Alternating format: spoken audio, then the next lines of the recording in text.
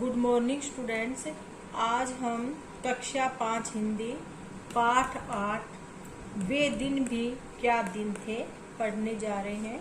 इस पाठ में बेटे बीते कल की और ऐसे भविष्य की जो बच्चों को रोमांचित करे, वे दिन भी क्या दिन थे। विज्ञान कथा के प्रसिद्ध लेखक आइजैक एसिमोव की लिखी कहानी है। वे दिन भी क्या दिन थे किसने लिखी थी? आइजैक एसिमोव ने। यह कहानी 150 साल बाद के स्कूलों की कल्पना करती है और स्कूलों को कोई स्कूल भी न कहना चाहिए। ऐसे स्कूलों की जिसको कोई स्कूल भी ना कहना चाहे। कल्पना है ऐसे भविष्य की जहाँ स्कूल में कोई शिक्षक न हो और विद्यार्थी एक ही हो। ऐसे स्कूल में बच्चे सीखेंगे किससे, बातें किससे करेंगे, खेलेंगे किसके साथ के बारे में हम जानकारी प्राप्त कर रहे हैं। तो घटना महत्वपूर्ण थी, वरना कुम्मी अपनी डायरी में उसे क्यों लिखती। अपनी डायरी में उसने 17 मई सन 2155 की रात को लिखा था। आज रोहित को सचमुच ही एक पुस्तक मिली।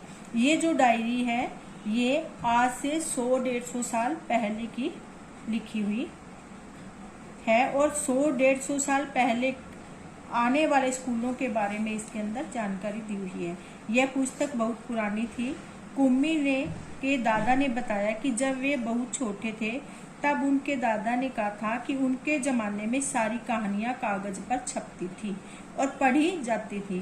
पुस्तकों में पृष्ठ होते थे जिन पर पृष्ठ होते बेटे पन्ने जिन पर कहानियां छपी होती थी और पृष्ठ पढ़ने के पश्चात दूसरा पृष्ठ पलटकर आगे पढ़ना होता था। सारे शब्द स्थिर रहते थे, चलते नहीं थे जैसे आजकल पर्दे पर चलते हैं।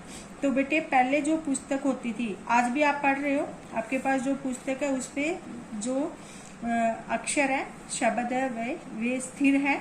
पर जो टेलीविजन के अंदर जो किताब पुस्तक है वह पर्दे पर चलती रहती है। तो रोहित ने कहा था कितनी पुस्तकें बेकार जाती होगी, एक बार पढ़ी और फिर बेकार हो गई। अब तो सारे टेलीविजन के पर्दे पर न जाने कितनी पुस्तकों की सामग्री आ जाती है और फिर भी वह यह पुस्तक नई की नई रहती है। पर बेटे मेरे विचार में कि पुस्तक कभी भी बेकार नहीं जाती। रोहित ने बोला है ना पुस्तकें बेकार जाती होंगी, पर मेरे विचार में पुस्तकें कभी भी बेकार नहीं जाती। उन्हें अगर उन्हें पढ़कर संभाल कर रख दिया जाए तो। यदि पुस्तकें संभाल कर रखी जाए तो पीढ़ी दर पीढ़ी उनका ज्ञान प्राप्त किया जा सकता है। पर हाँ, पुस्तकें पढ़कर यदि फेंक दी जाए तो वे अवश्य बेकार हो जाती है। तो हमें पुस्तकें हमेशा अपनी संभाल करके रखनी चाहिए। कुम्मी ने भी रोहित की हाँ में हाँ मिलाई। फिर पूछा तुम्हें यह पुस्तक कहाँ मिली? रोहित ने बताया अपने घर में एक पुराना डिब्बा कहीं दबा पड़ा था, उसी को फेंक रहे थे तो उसमें यह पुस्तक मिली। तो ये पुस्तक उनको कहाँ मिली? एक पुराने डब्बे में। किसको मिली? रोहित को। इसमें क्या लिखा है? स्कूलों के बारे में लिखा है। स्कूल? कुम्मी ने प्रश्न किया। उसके भविष्य में लिखने को है ही क्या? स्कूल के विषय में लिखने को है ही क्या? उसने इस तरह से बताया है।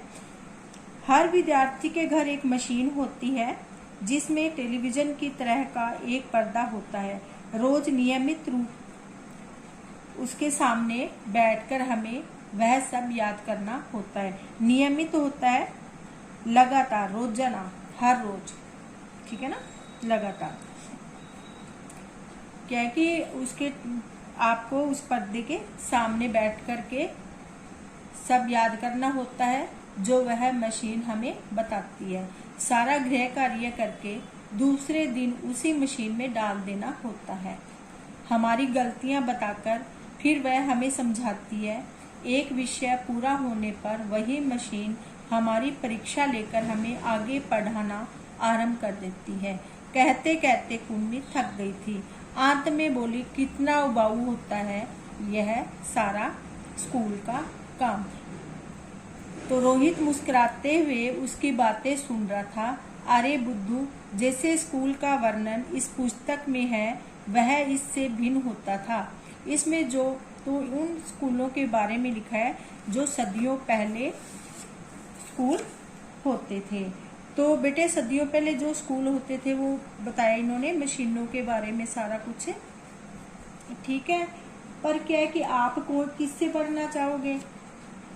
ये मशीन वाले अध्यापक से पढ़ना चाहोगे या आपकी कक्षा में जो अध्यापक या अध्यापिका आते हैं उनसे पढ़ना चाहोगे? तो बेटे मैं कहूंगी कि मैं अध्यापक की मदद से ही पढ़ना चाहूंगी, क्योंकि उनसे कोई बात समझ न आने पर हम उनसे दोबारा पूछ सकते हैं और वे हमारी कमियों को स्वयं महसूस करके उन्हें दूर करने की भी कोशिश करते हैं। और मुश्किल बस एक ही है कि अध्यापक कार्य न करने पर डांटते हैं, बट मशीन नहीं डांटती, मशीन कुछ नहीं कहती उन्हें। मशीन से पढ़ाई मुश्किल ही नहीं बल्कि उबाऊ भी होती है, क्योंकि हमारे सामने कोई बताने वाला नहीं होता, ठीक है। अध्यापक अगर हमारे सामने आकर के हमें पढ़ाते हैं और हमारे साथ और भी बच्चे बैठे होते हैं तो जो हमारी पढ़ाई है वो इंटरेस्टिंग बन जाती है। आसानी यह होती है कि मशीन हमें डांटती नहीं है तथा कुछ विषयों को बेहतर व सरलता से भी समझा देती है, पर वहाँ हमारे साथ कोई साथी वो नहीं होते।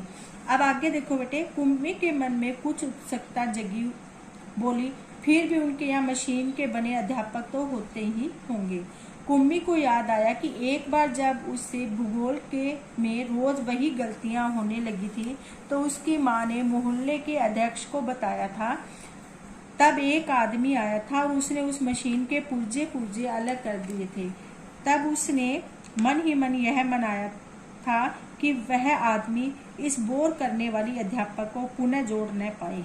भी क्या बच्चे को क्या है, वह मशीन उसको बोर लग रही थी और वह मन ही मन यही कह रहा था कि ये आदमी इसको ठीक ना कर पाए ताकि मुझे इस मशीन से ना पढ़ना पड़े, तो उससे हमेशा के लिए छुट्टी मिल जाए। लेकिन उस आदमी ने मशीन को फिर से जोड़कर उसकी माँ को बताया था। लगता है मशीन के भूगोल की चक्की कुछ तेज रफ्तार पर थी, सो आपकी लड़की के लिए उसे समझना कठिन हो गया था। मैंने अभी उसकी गति कुछ धीमी कर दी है, सो आशा है अब ठीक रहेगा। और कुम्मी को उस समय भूगोल का सबक सीखने बैठ जाना पड़ा था। मन ही मन वह उस मशीनी अध्यापक को कोसती रहती थी, उसके बारे में भला बुरा कहती रहती थी। तभी रोहित ने कुम्मी के सोचने के सिलसिले को तोड़ा, बोला हाँ, तब अध्यापक तो होते थे परंतु मशीन नहीं, स्त्रियां और पुरुष होते थे। क्या कहा? कहीं कोई स्त्री या पुरुष इतने सारे विषय हमें सिखा सकता है? क्यों नहीं, वह बच्चों को सारे विषय समझाते थे, गृह कार्य देते थे और प्रश्न पूछते थे। अध्यापक बच्चों के घर नहीं जाते थे बल्कि बच्चे एक विशेष भवन में जाते थे जिसे स्कूल कहते हैं। जब बच्चे आप जिस जगह पे पढ़ने के लिए जाते हो उस जगह को क्या कहते हैं? स्कूल कहते हैं। स्कूल का अगला प्रश्न, कुम्मी का अगला प्रश्न था, तो क्या सब बच्चे एक समय में एक जैसी ही चीजें सीखते थे? हाँ, एक आयु के बच्चे एक साथ बैठते थे। जैसे कक्षा के हिसाब से आप बैठते हो ना, अपनी फर्स्ट कक्षा के बच्चे फर्स्ट क्लास में, फिफ्थ क्लास में, इस तरह से एक आयु के बच्चे एक कक्षा में बैठते थे। लेकिन माँ कहती है कि मशीनी अध्यापक हर बच्चे की समझ के अनुसार पढ़ाता है। फिर पुराने जमाने में यह कैसे संभव होता था। तब वे लोग इस प्रकार नहीं करते थे। रहने दो, तुम्हारी इच्छा नहीं है तो मैं वह पुस्तक तुम्हें नहीं दूंगा। कौन, ये बात किसने की थी? रोहित ने। कुम्मी झट बोली, नहीं नहीं, मैं उसे पढ़ना चाहूंगी कि तब स्कूल कैसे होते थे, कितनी अजीब अजीब बातें जानने को मिलेगी। इतने में अंदर से माँ की आवाज सुनकर कुम्मी बोली, लगता है सबक का समय हो गया है। रोहित भी उठा और अपने घर की ओर चला गया। कुम्मी अपनी घर की ओर चली गई। अंदर मशीन आगे का सबक देने को तैयार थी। मशीन ने आवाज आनी आरंभ यानी शुरू हो गई।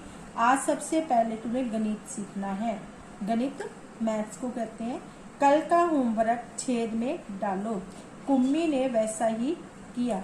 वह सोच रही थी कि इतने अच्छे होते होंगे वे पुराने स्कूल, जहाँ एक ही आयु के सारे बच्चे हंसते खेलते कूदते स्कूल जाते होंगे और पढ़ाने वाले पुरुष और स्त्रियां होते होंगे। इतने में मशीन से स्वर आया, आरंभ हो गया था और पर्दे पर चलते हुए अक्षर एवं अंक आने शुरू हो गए थे। और कुम्मी सोच रही थी कि तब स्कूल जाने में कितना आनंद आता होगा, कितने खुश रहते होंगे वे सारे बच्चे। तो बेटे आज भी देखो लॉकडाउन के कारण आप भी वैसे ही मशीनों के ऊपर पढ़ रहे हो और आप कैसा फील कर रहे हो ये अपने मन में सोच के देखो। अब इसके बाद हम कर रहे हैं इसके क्वेश्चन आंसर।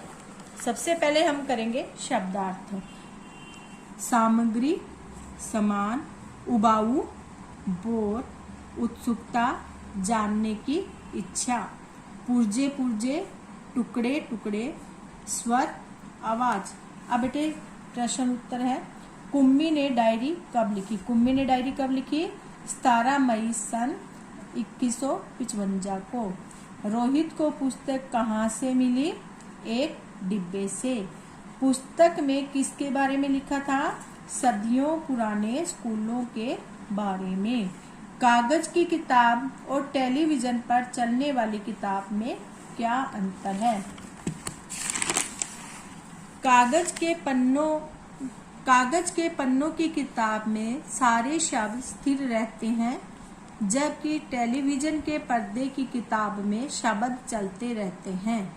पन्नों की किताब जल्दी पुरानी हो जाती है, जबकि टेलीविजन के पर्दे की किताब हमेशा नई रहती है। प्रश्न नंबर 5, भविष्य में सारे काम मशीन से होने लगे तो इसका मानव जाति पर क्या प्रभाव पड़ेगा? यदि सारे काम मशीनों द्वारा होने लगे तो लोग आलसी होकर शारीरिक रूप से कमजोर व बीमार हो जाएंगे और धीरे धीरे मानव जाति की जगह मशीनों का राज हो जाएगा। और क्या है, मानव बेरोजगार भी हो जाएगा, उनको नौकरियां नहीं मिलेगी, क्योंकि उनका जो 100 आदमी काम करते हैं वहाँ एक मशीन 100 आदमियों का एक साथ काम कर देती है।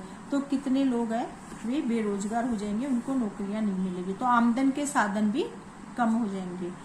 प्रश्न नंबर 6, वे दिन भी क्या दिन थे? कथा के बारे में लिखो। वे दिन भी क्या दिन थे विज्ञान कथा है। ये कौन सी कथा है? विज्ञान कथा है कि प्रसिद्ध लेखक आइजक आसिमोव की लिखी कहानी है। यह कथा आज से 150 साल बाद के स्कूलों की कल्पना करती है कि आज से 150 साल बाद आने वाले स्कूल किस तरह से होंगे। आने वाले समय की कर रही है ये, ठीक है। वाक्य बनाओ। टेलीविजन का वाक्य, बच्चे टेलीविजन देखते हैं। शिक्षक कक्षा में बच्चों को पढ़ा रहा है। मशीन, आजकल मशीनों के द्वारा सारे कार्य होते हैं। डायरी, कुम्मी ने 17 मई सन 2155 को डायरी लिखी। या मैं रोजाना डायरी लिखता हूँ। या डायरी लिखना अच्छी आदत है, कुछ भी कर सकते हो। अध्यक्ष, हमारे अध्यक्ष बहुत ईमानदार है। सही गलत, रोहित को घर में नई पुस्तक मिली, नहीं गलत है, उसको पुरानी पुस्तक मिली थी। डायरी में सदियों पुराने स्कूल का वर्णन था, सही। कुम्मी मशीनों द्वारा पढ़ाई करती थी, सही। रोहित ने डायरी 17 मई को लिखी थी, नहीं बेटे, रोहित ने डायरी लिखी नहीं थी, डायरी तो कुम्मी ने लिखी थी, इसलिए ये गलत है। सदियों पहले कुम्मी के अनुसार स्कूलों में अध्यापक मशीनी होते थे, गलत है। सदियों पहले मशीनी अध्यापक नहीं होते थे, खुद अध्यापक होते थे। पर आने वाले समय के बारे में इसके अंदर बताया गया, तो आने वाले 150 साल बाद है वो अध्यापक है वे मशीनी होंगे। बस बेटे आज के लिए इतना ही। धन्यवाद। लाइक और सब्सक्राइब जरूर करना।